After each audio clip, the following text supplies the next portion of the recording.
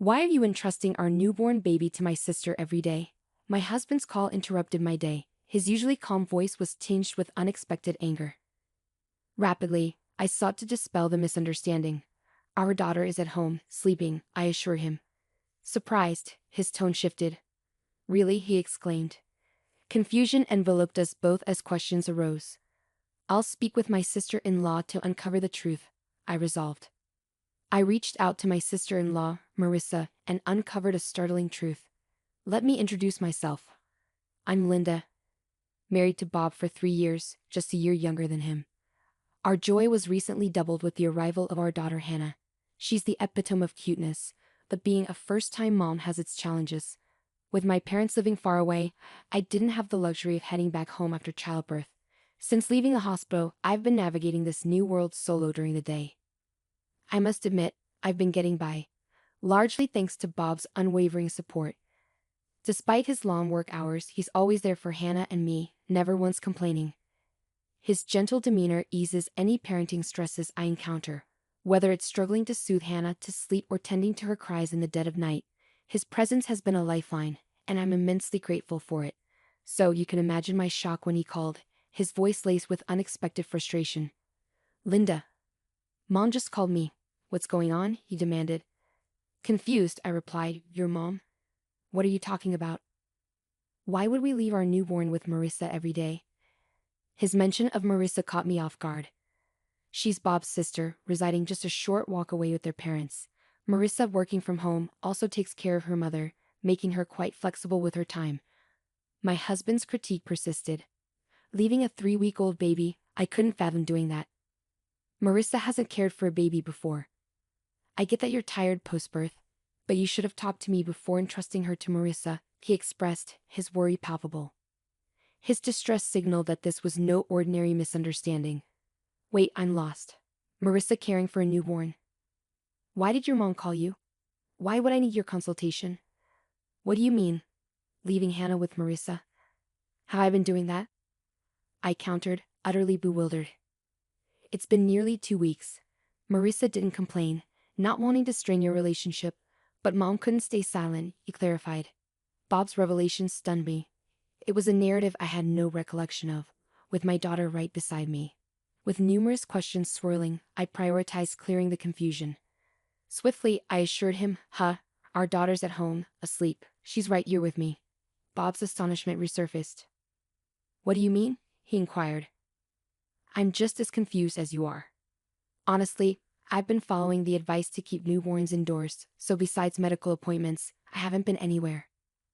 I haven't even visited your family's house, and it's been a while since Marissa came over after Hannah's birth, I clarified. Then whose baby is Marissa caring for? Bob pondered aloud. I wish I knew. Why would Marissa fabricate looking after our baby? Each question seemed to spiral into another, leaving us both puzzled. As the lunch break chimes sounded through the phone, I made a decision. I need to speak with Marissa. I want to understand why she might concoct such a lie. If there's a misunderstanding and she thinks she's caring for Hannah, that's concerning. I'll also call Mom, I announced. Bob paused before expressing his regret. I'm sorry for doubting you. I was just really worried about Hannah. It's all right. You're concerned about Hannah, aren't you? Besides, when I told you she's right here, you didn't doubt me. You trusted me, I comforted him. After our call ended, I wasted no time dialing my sister-in-law's number. Marissa, do you have a moment? There's something I need to discuss, I started. Linda, I need to talk to you too, Marissa replied. Marissa and Bob are close in age, which is why she's the same age as me despite being my sister-in-law. We've always had a good relationship, even going out together when I was dating Bob. So, it puzzled me why she hadn't mentioned anything about this situation. I couldn't fathom why she would fabricate such a story. Well, now's a good time. Bob just filled me in. Marissa, what's this about you looking after Hannah? I haven't left her with anyone, I questioned, bewildered. Marissa's surprised voice followed, accompanied by the sound of a crying baby. It seemed she was indeed tending to an infant. Listening to Marissa's reaction, a realization dawned on me. Marissa wasn't fabricating anything, she genuinely believed she was caring for Hannah. To dispel her misconception, I began to explain the truth. To dispel her misconception, I began to explain the truth. Hannah's right here with me, fast asleep. I'm really baffled by all of this. But how did you end up with a baby, Marissa? And why did you think it was Hannah? I asked, seeking clarity. Marissa replied, shedding light on the situation. Last week, Dad dropped off a baby with me. He said, Linda seems overwhelmed, so you should assist her with the baby. This revelation left me dumbfounded. Then Marissa disclosed another shocking detail. I was terrified because I've never cared for a baby. I hadn't heard from you, Linda. And when I considered calling you, Dad warned, if you contact Linda, she'll just stress out. Show some consideration for your sister-in-law. I have my own responsibilities, even when I'm at home. It appeared that my father-in-law's deceit initiated this chaos, but the identity of the child Marissa was caring for remained unclear. Thinking that confronting my father-in-law directly might resolve the confusion, I inquired if he was home. Unfortunately, he's out at the moment. Lately, he returns home late in the evening, takes the child Marissa's been tending to, claiming he'll return her to Linda, then leaves again. He usually returns in about 20 to 30 minutes, Marissa explained. Frustrated by my father-in-law's manipulation involving my daughter and me, I felt compelled to address the situation head-on. I understand. I'll discuss this with Bob, but we might visit tonight, I decided before ending the call. I promptly emailed my husband, detailing what I learned from his sister. We should ask Dad directly, came the suggestion. So when Bob returned home, we made our way to my in-laws. Along the journey, Bob recounted his conversation with his mother. Mom was also quite upset to discover that the child she thought was her grandchild wasn't. That's a significant shock, isn't it? I didn't envision Hannah's first family gathering unfolding like this. It's quite a complicated situation, he elaborated. Due to her back issues, his mother hadn't met our daughter yet. I had hoped to introduce Hannah to her once she was ready to venture out after a month, but now, I found myself disheartened that our introduction had to occur amidst such turmoil. Upon reaching my in-laws' home, we found my mother-in-law and sister-in-law both appearing bewildered as we entered. Marissa spoke up. Bob, Linda, Dad mentioned he would return the child we've been caring for, but he hasn't returned yet. Understanding the situation, Bob intervened. I see, Mom. Despite the confusion, this is our daughter Hannah. With that, I brought Hannah closer to my mother-in-law. Upon laying eyes on Hannah, my mother-in-law's expression softened. She's absolutely adorable. She bears a striking resemblance to Bob when he was a baby. I'm thrilled to finally meet her, and Linda, you've done remarkably well. I'm sorry you've been entangled in all of this, she expressed with sincerity. It's all right. I'm just as perplexed as everyone else, I responded. Just as I spoke, Marissa chimed in. I'm baffled too. Who is this child I've been caring for?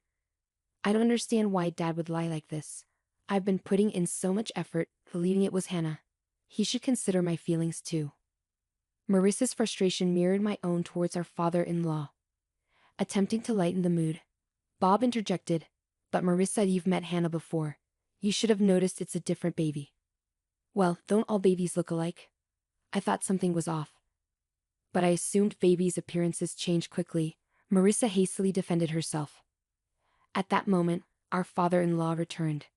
I'm back. Wait, why are Bob and Linda here? Our father-in-law's panic was palpable. This deception stemmed from him. The rest of us shared disapproving glances, each silently accusing him. Struggling under the tension, our father-in-law began to stutter. Oh, Linda, it's been some time. What brings you here? Did you forget something? He attempted to divert attention.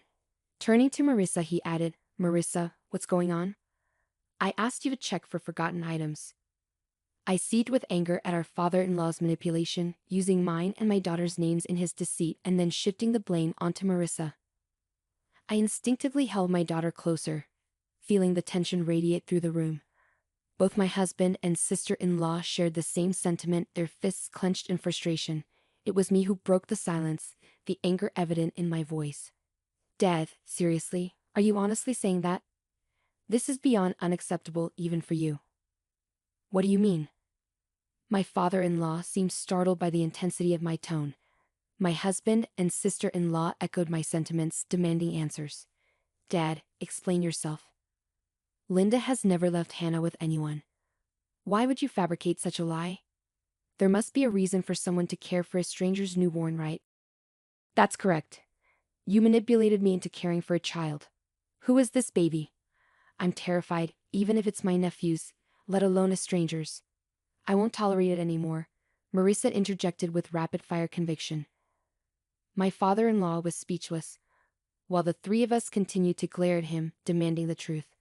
However, my mother-in-law's reaction was different. She turned pale, murmuring, "No, it can't be. You're not still involved with her?" Her words left my husband, sister-in-law, and me stunned. My father-in-law began to sweat, feigning innocence. What? What are you talking about? He stuttered, attempting to deflect. But my typically calm husband had reached his limit. Dad, enough with the act. You've been playing dumb all along. Do you think you can deceive us? We know you've been lying about everything. Just come clean. Wait, Bob, please calm down. I attempted to intervene, but my husband persisted. Dad, you've been manipulating Linda and Hannah to cover up your deceit, and you owe Marissa an apology. Caring for a newborn is a monumental responsibility, even if it's your own child. Consider how overwhelming it must have been for Marissa, who has never experienced parenthood before. Once he started, my husband couldn't halt his tirade. Despite whatever excuses our father-in-law might conjure, my husband remained steadfast. Perhaps realizing he couldn't evade the truth any longer, my father-in-law spoke softly, and then he confessed to the unbelievable truth. That child is mine. At his admission, my husband's momentum dissipated, his mouth hanging agape in disbelief. Marissa and I were equally stunned into silence. It was my mother-in-law who shattered the quiet. Her voice quivered, tears brimming in her eyes. I knew it. You're still involved with her. I was foolish to forgive you before. Involved with her? My husband queried, puzzled. In response, our father-in-law's complexion paled even further. Ignoring him, my mother-in-law continued, he had an affair. It happened around the time you two were getting married, about 3 years ago. He promised me he'd never do it again, and I forgave him. But now, that's why I thought Hannah bore a resemblance to Bob. She's his flesh and blood after all. I thought she was my true grandchild. Unable to contain her emotions any longer, my mother-in-law broke into tears. Witnessing her distress only fueled my anger towards my father-in-law. My husband regained his composure, unleashing his wrath upon our father-in-law. You're despicable, Dad. You not only deceived us but betrayed Mom twice. How could you stoop so low? I can't fathom that someone like you is our father. Bob's outburst was followed by Marissa's incredulous response. What do you mean by my child? Are you joking? You had a child with your mistress and left it with me? I can't believe this. How could you do something so despicable? I never want to see your face again. Despite the scathing remarks from his own children, our father-in-law merely chuckled and remarked, "Calm down. There's nothing we can do about what's already happened. The mistress didn't want to marry me or anything like that. She just didn't have any money, so she had to work. In the meantime, I had to take care of the child." I couldn't bear witnessing my father-in-law's callousness. Enough. I interjected, my voice trembling with anger. This isn't a laughing matter. A life has been brought into this world. Do you grasp the gravity of that at your age? My father-in-law seemed taken aback, losing his balance and falling onto the ground. However, instead of offering assistance, Bob and Marissa hurled insults. You worthless old man, you're no longer our father.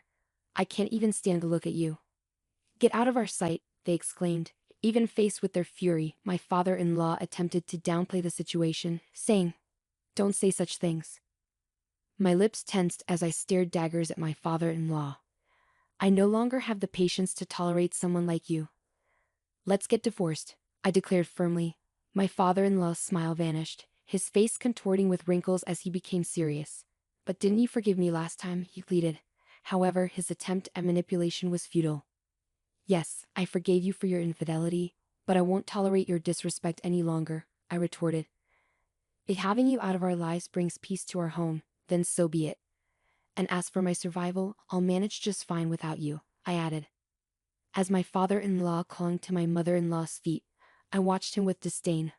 Bob and Marissa mirrored my sentiments, their gazes cold and unwavering.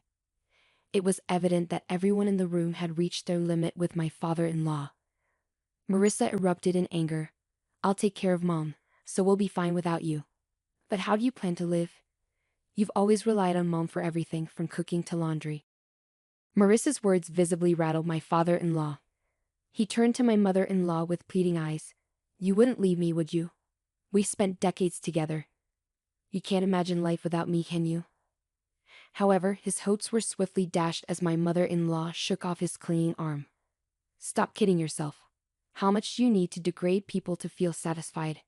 Who would want to stay with a cheater like you? I'm filing for divorce right now. If you're so fond of her, why don't you go be with your mistress? My mother-in-law snapped, her voice firm and resolute. What? Wait, let's talk. We can fix this. That woman meant nothing to me. You're the only one I love. My father-in-law pleaded, clutching onto my mother-in-law once more, but he was met with another wave of Marissa's fury. Talking to someone who refuses to acknowledge their mistakes is pointless. We're leaving this place soon, and Mom is coming with us. Until we're gone, stay away from home, Dad. I never want to see you again. Now get out. Marissa demanded, attempting to forcefully escort my father-in-law out. When he refused to budge, Bob had to physically drag him away. Please wait. Give me another chance, just one more. My father-in-law pleaded until the very end, but his pleas fell on deaf ears as nobody paid him any attention. As Marissa had foreseen, my father-in-law's life spiraled into chaos. Struggling to manage even the simplest tasks, he found himself unable to tolerate the growing clutter and filth in his home. Desperate for assistance, he turned to his mistress, only to be met with rejection at her doorstep. It appeared she had no intention of marrying him either. With no one left to care for the children, his mistress was unable to work, leading to financial strain. She began pressing my father-in-law for alimony, even resorting to legal action to secure child support. Meanwhile, my sister-in-law and mother-in-law relocated to an apartment not far from ours. As over a month had passed since Hannah's birth, I started visiting them more frequently, accompanied by Hannah. I maintained my amicable relationship with Marissa, acting as if nothing had changed, and my bond with my mother-in-law remained strong. Moving forward, I'm determined to raise my daughter to the best of my abilities, with the support of my husband, sister-in-law, and mother-in-law by my side.